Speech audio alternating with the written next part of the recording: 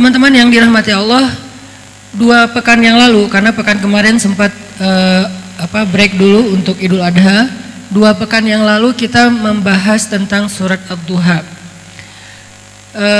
Kita sebetulnya belum tuntas ya surat Ad-Duha ya, baru ayat ketiga kalau nggak salah fokusnya, ayat ma wadda'aka rabbuka wa ma qala. Robmu, Tuhanmu, penciptamu, pemilikmu, Robmu itu nggak pernah ninggalin kamu, nggak pernah benci sama kamu. Kalimatnya kamu, artinya japrian, khusus secara personal touch, bukan kepada kalian. Kalau kalian ma wadda'akum rabbukum wa ma qala. Kalau kalian broadcast, tapi ini japrian banget nih. Allah lagi ngomong kepada Rasulullah SAW secara pribadi. Nah, ayat ini ternyata bukan cuman buat Rasulullah sendiri, tapi juga buat kita. Ketika kita ngerasa sendiri, kan kalau rame-rame nggak ada istilah ngerasa sendiri ya. Aku lagi kesepian bersama teman-teman, kan nggak ya? Yang namanya kesepian sendiri. Aku lagi kesepian bersama pasangan, kan nggak mungkin kan ya? Yang namanya kesepian pasti Jovisa. Istilah lebih smooth. Nggak tega bilang jomblo. Jovisa, jomblo fisabilillah. Jadi kalau yang namanya sepi atau kayak lonely gitu pasti sendiri, sehingga kalimatnya kamu, engkau.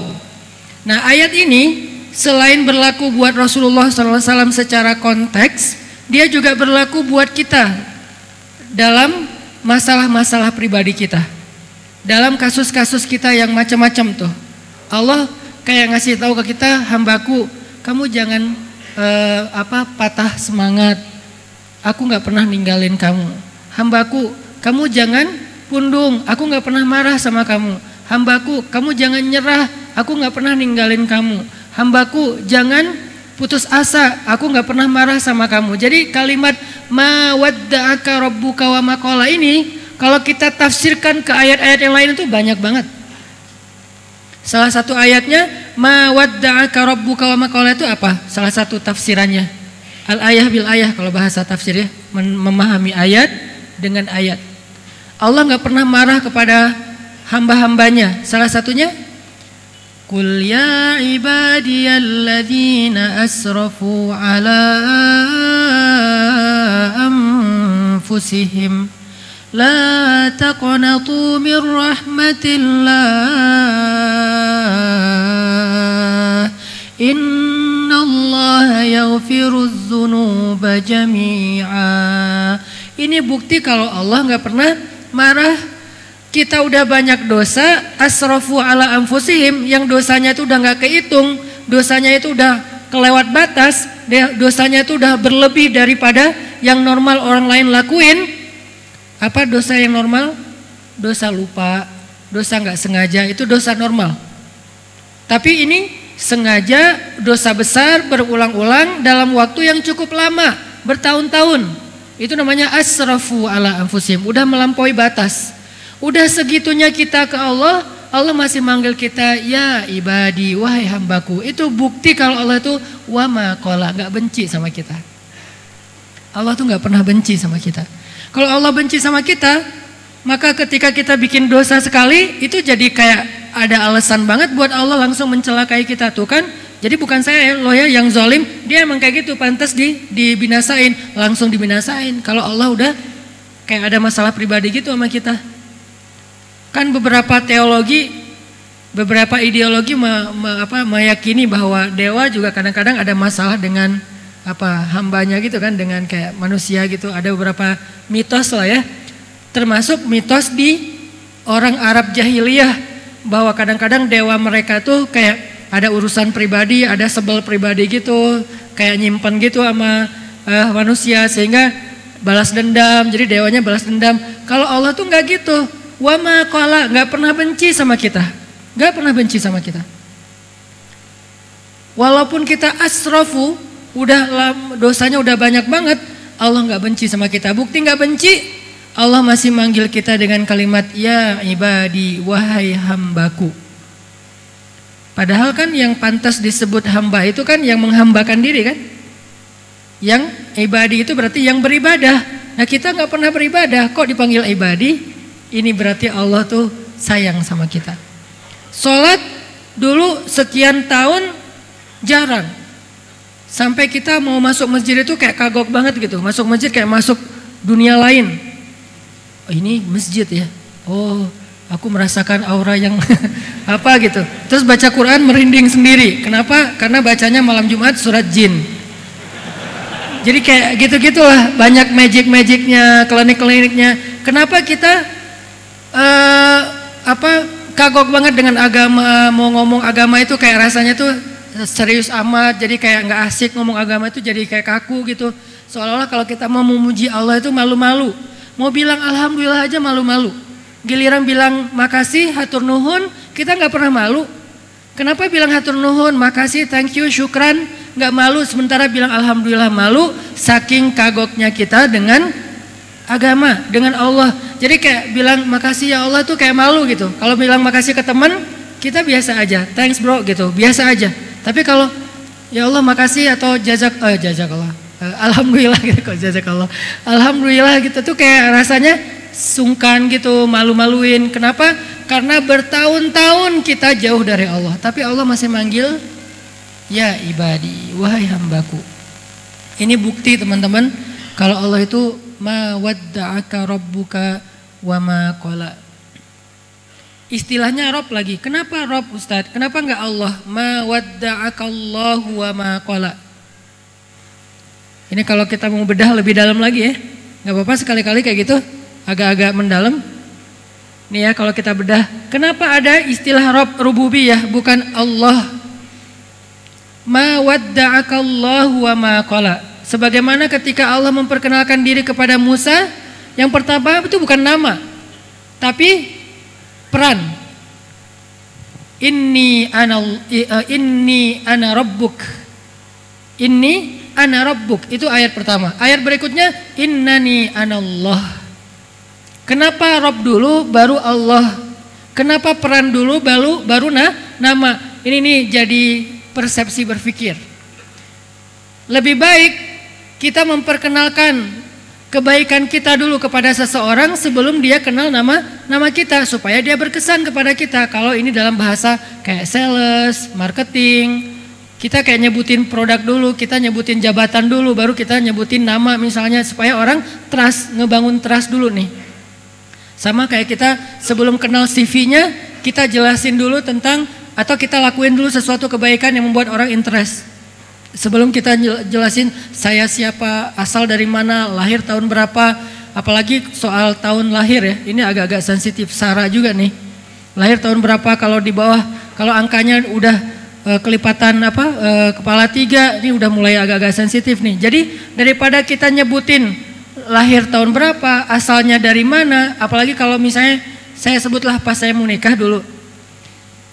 Saya orang Sumatera, mau nikahin cewek Jawa yang karakternya, culture-nya beda banget sama orang Sumatera. Dan dia pribadi juga kayak agak-agak, karena nggak kenal kali ya, gimana gitu, agak-agak takutnya orang Sumatera mungkin keras, menurut sebagian orang Sumatera mungkin belak-belakan, to the point, ya apa adanya gitu, nggak kayak orang Jawa, Sunda yang mungkin lembut, ngomongnya pelan-pelan, nggak teriak-teriak, kan ada kesan gitunya ya. Nah sebelum dia kenal kalau saya itu orang Sumatera, saya nunjukin dulu dong, pas kenalan saya nggak Sumatera, saya Nyunda banget, orang Bandung katanya, iya, ternyata Aceh kan ya, jadi kayak baru ngomong gitu yang ditunjukin mungkin karakter yang dia nyaman dulu, terus kayak orangnya kayak care gitu, orangnya tuh pengertian banget, orangnya tuh dewasa banget, matang segala macam, santun pas bicara. Baru setelah itu ketika saya memperkenalkan, saya tuh dari Sumatera loh, itu akan jadi excuse buat dia, nggak masalah. Kenapa? Karena udah ngelihat dulu, oh iya ya kamu nggak apa-apa deh walaupun Sumatera juga, karena kamu orangnya lembut, kamu orangnya santun, kamu orangnya. Jadi Allah itu memperkenalkan diri, ana rabbuk. Maksudnya apa? Rabb itu, akulah yang menciptakanmu, akulah yang ngasih kamu rezeki, akulah yang menjaga kamu, akulah yang nolong kamu. Apa terjemahan dari kata Rabb kalau kita breakdown? Rabb itu kalau di breakdown adalah alam yajidka yatiman fa'awa wa wajadaka dhallan fahada wa wajadaka ailan fa'aghna, itulah Rabb. Jadi ketika Allah ngomong ma wadda'aka rabbuka wa ma qala, artinya apa? Rabbmu tidak pernah meninggalkanmu, artinya dialah yang selama ini memperbaiki ciptaan pada dirimu sehingga kamu menjadi seorang sosok manusia yang ideal secara fisik. Nabi kan ideal banget secara fisik ya, nggak berlebihan, nggak juga pas-pasan, ideal. Karena yang paling bagus itu bukan pol ya, yang paling bagus itu tawazun, wasatiyah kalau dalam konsep berpikir. Pas banget. Nabi bukan cowok yang paling tinggi di antara sahabat, tapi juga bukan yang paling rendah, pas. Nabi kalau jalan bukan yang paling cepat, tapi bukan yang lola, bukan yang slow banget, pas juga, ideal banget. Nabi itu kalau bicara bukan yang paling teriak, tapi juga nggak terlalu pelan yang bikin apa, nggak gitu-gitu amat juga sih, pas gitu. Jadi tawazun, sehingga Allah lah sebagai Rabb yang telah menciptakan kamu dalam tawazun, dalam fisik yang ideal, wahai Muhammad. Allah juga yang memelihara kamu, yang nanti dijelaskan di alam yajidka yatiman dan seterusnya. Allah juga yang melindungi kamu, Allah juga yang menjaga kamu, Allah yang sayang sama kamu, Allah yang begini. Semua itu adalah bukti bahwa Allah ma wadda'aka wa ma qala, tidak pernah ninggalin kamu, nggak pernah benci sama kamu. Ini adalah ayat motivasi. Mudah-mudahan ini jadi booster yang lebih bagus daripada 1 minute booster ya. 1 minute booster kan kadang benar, kadang nggak jelas, nggak inilah ya. Tapi kalau ma wadda'aka rabbuka wa ma qala, itu booster banget teman-teman. Itu mood booster banget. Caranya kita baca berulang-ulang. Kalau kita lagi kayak ngerasa kok saya hidupnya gini-gini banget ya, kok Allah nggak nolongin saya, baca lagi wadduha wal laili idza saja ma wadda'aka rabbuka wa ma qala. Rabbmu tuh nggak pernah ninggalin kamu, nggak pernah benci sama kamu. Kok saya kayak hidupnya nggak berhenti dari masalah ya? Kapan sih datangnya pertolongan Allah? Ma wadda'aka rabbuka wa ma qala. Allah tuh nggak meninggalkan kamu, nggak benci sama kamu. Pertolongan itu pasti akan Allah datangkan. Ala inna nasrallahi qarib. Bukankah pertolongan Allah sudah dekat? Kayak gitu diulang-ulang sesuai dengan masalah kita. Jadi teman-teman, itu udah kita bahas kemarin, walaupun ini ada sedikit tambahan analogi gitu. Bahwa kita berharap dengan mengulang-ulang kalimat ma wadda'aka rabbuka wa ma qala, kita nggak jadi orang yang gampang putus asa, nggak jadi orang yang gampang menyerah, nggak jadi orang yang gampang patah, nggak jadi orang yang gampang kalah, nggak jadi orang yang gampang marah, gitulah ya. Kenapa jadi semua ya? Jadi intinya ayat itu harusnya menguatkan kita ketika kita lemah, memantapkan hati kita ketika kita galau dengan pilihan hidup, membuat kita berani ketika kita dalam keadaan takut. Ayat itulah yang kemudian diterjemahin di surat yang lain, la tahzan innallaha ma'ana. Sama aja kan? Tuhanmu gak pernah meninggalkan kamu, gak pernah benci sama kamu, dengan kalimat jangan khawatir, karena la tahzan dalam konteks ayat itu khawatir. Jangan khawatir, Allah bersama kita. Jangan khawatir, Allah bersama kita, karena Allah gak pernah marah, gak pernah meninggalin kita. Kan gitu kan ya? Itu sebetulnya 2 atau sekian ayat yang sejenis, setipe, semakna, cuman beda redaksi. Jadi kalau kita kaman banget dengan istilah la tahzan innallaha ma'ana, coba kembangin deh kalimat itu dengan surat Ad-Duha. Apa bukti Allah tuh bersama kita? Alam yajidka yatiman fa'awa. Terus siapa yang ngasih kita perlindungan ketika kita sendiri? Kalau bukan Allah bersama kita. Wa wajadaka dhallan fahada. Terus siapa yang ngasih Nabi jalan petunjuk ketika beliau tersesat di dalam padang pasir? Kalau Allah nggak bersama kamu. Wa wajadaka ailan fa'aghna. Terus siapa yang ngasih Nabi makan ketika beliau kelaparan kalau Allah nggak bersama dengan beliau? Jadi la tahzan innallaha ma'ana, arti lainnya adalah ma wadda'aka rabbuka wa ma qala. Itu teman-teman pemahaman dari surat Ad-Duha. Buat saya pribadi, surat Ad-Duha itu surat motivasi banget. Kalau saya lagi sedih, kalau saya lagi galau, kalau saya lagi sakit hati, kalau saya lagi sebel, kalau saya lagi boring banget, baca ayat itu sedikit banyak tergantung kita ya. sedikit banyak akan mempengaruhi mood kita. Jadi mood lagi, jadi semangat lagi, jadi bergairah lagi, jadi optimis lagi. Itu harusnya duha itu jadi kayak gitu. Itu baru namanya tadabbur Al-Quran. Sekarang kita pelajari gimana cara jadiin ad-duha itu sebagai penyemangat bagi kita dalam masalah-masalah kita. Oke. Sekarang kita lanjutkan kalimat berikutnya dari surat Ad-Duha. Tapi sebelumnya coba teman-teman buka dulu surat Al-Qasas. Surat 28. Surat Al-Qasas. Kita coba terjemahin surat Ad-Duha dengan pemahaman yang ada di dalam surat Al-Qasas.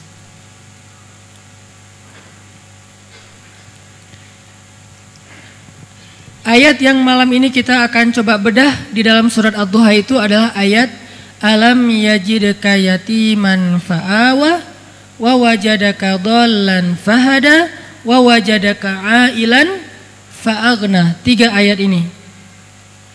Apa hubungan antara 3 ayat ini dengan ayat ketiga yaitu ma wadda'aka rabbuka wa ma qala? Apa hubungannya? Ayat berapa sih yang alam yajidika? Ma wadda'aka rabbuka wa ma qala wal akhiratu khairul laka minal ula wala sawfa yu'tika rabbuka fatarda. Alam yajid. Ayat ke-6 ya. 6 7 8 kan? Ayat 6 7 8 ini adalah ayat pembuktian terhadap ayat ketiga. Jadi Allah bilang di ayat ketiga, Allah nggak pernah ninggalin kamu, nggak pernah benci sama kamu. Apa buktinya? Kan gitu ya. Buktinya adalah, bukankah dulu kamu dalam keadaan yatim Muhammad, lalu Allah memberimu keluarga yang menjadi naungan? Bukankah dulu kamu pernah tersesat di padang pasir Muhammad, lalu Allah memberi kamu jalan supaya kamu sampai ke tujuan? Bukankah dulu kamu pernah kelaparan Muhammad, lalu Allah kasih kamu rezeki atau makanan? Itu bukti bahwa ma wadda'aka rabbuka wa ma qala. Nah, jadi ayat 6 dan 7 dan 8 itu adalah ayat renungan untuk kita teman-teman. Kalau kita mulai meragukan kebesaran Allah, kita mulai meragukan pertolongan Allah, kita mulai meragukan janji-janji Allah, coba kita pakai 3 ayat itu untuk menjawab pertanyaan. Bukankah kita dulu pernah yatim? Arti yatim, seorang diri. Lahir ke bumi, jarang kan diantara kita yang lahirnya kembar. Rata-rata lahir anak tunggal gitu kan. Lahir sendiri, terus bagaimana kita bisa kemudian tumbuh? Allah Subhanahu wa ta'ala yang mendatangkan untuk kita orang yang mencintai kita sejak kita lahir. Pertama, ibu kita. Itu mah udah biasa Ustaz. Enggak. Kalau Allah enggak masukkan rasa cinta ke dalam hati ibu kita, maka dia akan membuang kita di parit. Dan itu banyak adegan kayak gitu. Kalau Allah enggak mendatangkan rasa cinta ke dalam hati ayah kita, mungkin ada adegan seorang ayah yang memukul anaknya sampai mati hanya gara-gara anaknya rewel di malam hari. Kalau Allah nggak memasukkan rasa cinta di dalam hati ibu atau ayah kita, mungkin kita sudah dimasukkan ke dalam kulkas sampai membeku dan meninggal. Kalau Allah nggak memasukkan rasa cinta ke dalam hati ayah dan ibu kita, mungkin kita akan dibiarkan kelaparan atau ditaruh di rumah yang akhirnya kelaparan meninggal sendiri, orang tua kita pergi. Atau ditaruh di depan panti asuhan, atau ditaruh di tong sampah, ditaruh di bawah jembatan dan seterusnya dan seterusnya. Kalau Allah nggak sayang kepada kita, maka Allah tidak akan memasukkan rasa cinta itu di dalam hati orang tua kita. Sehingga dengan rasa cinta yang Allah titipkan di dalam hati ibu dan ayah kita, muncullah adegan seorang ibu yang memeluk anaknya ketika kapal mereka tenggelam. Muncullah adegan seorang ibu yang memeluk anaknya dan melindungi anaknya di bawahnya ketika rumahnya roboh. Muncullah adegan seorang ibu yang menyelamatkan anaknya walaupun dia yang celaka. Muncullah adegan seorang ayah yang seharian gak makan demi menyimpan uang itu supaya bisa membeli susu anaknya di malam hari. Muncullah adegan pengorbanan ayah, pengorbanan ibu, itu semuanya bukti bahwa alam yajidka yatiman fa'awa. Allah yang menskenariokan jadi kayak gitu. Kalau Allah cabut sedikit aja rasa kasih sayang, maka orang tua kita cuek sama kita. Cuek mulai dari kebutuhan makan kita, cuek dengan kebutuhan tempat tinggal kita. Nggak ada seorang ayah yang berjuang gimana caranya dia punya rumah untuk anaknya yang nyaman buat anaknya berlindung dari matahari, hujan dan panas dingin. Dia cicil rumah siang malam, dia kerja banting tulang karena cicilannya itu nggak sehari 2 hari, 15 tahun. Apa alasan seorang ayah itu mencicil rumah 15 tahun dan setiap akhir bulan dia itu stres mikirin cicilan kalau bukan karena sayang kepada anaknya? Apa alasan seorang ayah memasukkan anaknya ke sekolah yang harga bulanannya aja, harga SPP-nya aja mahal banget? Udah gitu beli ayah itu kayaknya rasanya beli buku anak itu di awal ajaran baru, di tahun ajaran baru tuh kayak seneng gitu ngebeli buku anak, beli pensil anak, beli pulpen anak, beli baju seragam anak. Itu kayak puas banget buat ayah. Dari mana muncul rasa kepuasan ini? Dari cinta. Siapa yang mengilhamkan cinta di dalam hati ayah dan ibu? Allah. Itu bukti alam yajidka yatiman fa'awa. Jadi Allah gak pernah ninggalin kita. Ustadz, tapi ada kasus seorang anak ditinggalkan oleh ibunya, ditinggalkan oleh ayahnya, atau ayah dan ibunya wafat ketika dia masih kecil. Lalu Allah datangkan yang lain, kakeknya mungkin. Allah datangkan yang lain, pamannya mungkin. Allah datangkan yang lain, ayah angkat atau orang tua angkatnya mungkin. Allah datangkan, gak pernah berhenti. Karena kalau itu berhenti, maka kita gak akan bisa tumbuh menjadi anak yang dewasa seperti sekarang ini. Kita udah gak dapat apa-apa, kita udah celaka dari kecil. Kenapa ada adegan seorang ayah yang mati-matian mencari sampai mendonorkan ginjalnya demi untuk mengobati anaknya yang sakit? Bahkan nauzubillah, sampai ada seorang ayah yang dia rela mendonorkan jantungnya dan dia meninggal demi untuk menggantikan anaknya yang juga kecelakaan dan seterusnya. Dia donor darah udah biasa, donor organ. Ini semuanya alam yajidka yatiman fa'awa, teman-teman. Cuman kita seringnya hanya ngelihat kurirnya saja, lupa kepada pengirim. Ya, ada teman ngirim kita hadiah, misalnya yang kita seneng banget, misalnya kayak kaos gitu ya. Tadi pas jalan sama dia kita kayak ngelihat sebuah kaos yang kayaknya tipe kita banget lah, warnanya, brandnya, kita kayak bangga banget kalau bisa pakai kaos itu. Cuman kita nggak ngomong, tapi dia orangnya care, orangnya tuh pengertian. Akhirnya pas kita ulang tahun misalnya, atau pas kita dapat nilai bagus atau apalah momennya, tiba-tiba dia ngirim kaos itu. Karena nggak bisa ketemu kita, dia ngirim pakai kurir, digosenin sama dia. Kurir ini dibayar nggak? Dibayar dong.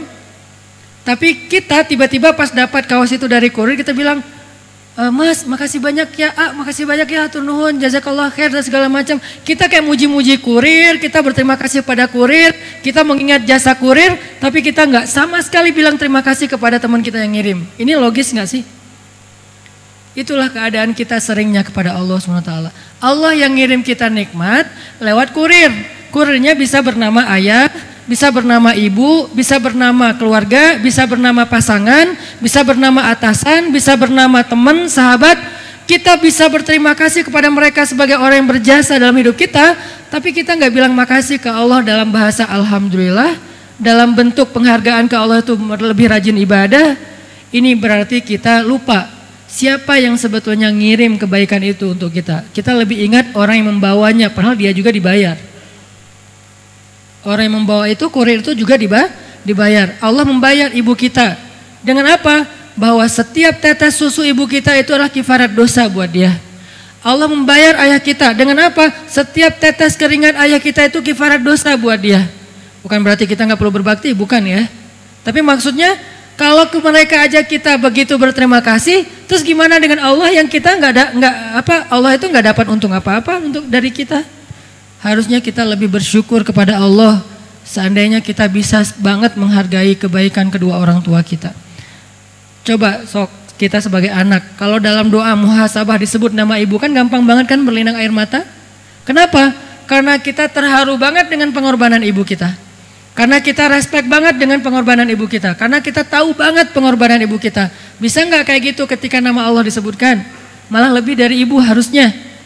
Idza dzukirallah wajilat qulubuhum. Kalau disebut nama Allah, hatinya tuh wajilat. Arti wajilat itu langsung kayak kayak gitu. Jadi ketika disebut nama ibu itu udah nggak kuat lagi pasti. Sama kayak kita kalau lagi berdoa bareng-bareng muhasabah, ya Allah ampunkanlah ibu saya. Begitu kata ibu disebut langsung luluh hati kita kan? Begitu kata ibu disebut langsung udah nangis, langsung berderai air mata, langsung kita bisa ngelakuin hal-hal yang sebetulnya nggak bisa kita lakuin secara normal. Bisa nggak nama Allah juga gitu dalam hati kita? Wajilat. Kenapa? Karena kita tahu banget kebaikan Allah, jasa Allah, rahmat dan kasih sayang Allah dalam kehidupan kita. Alam yajidka yatiman fa'awa.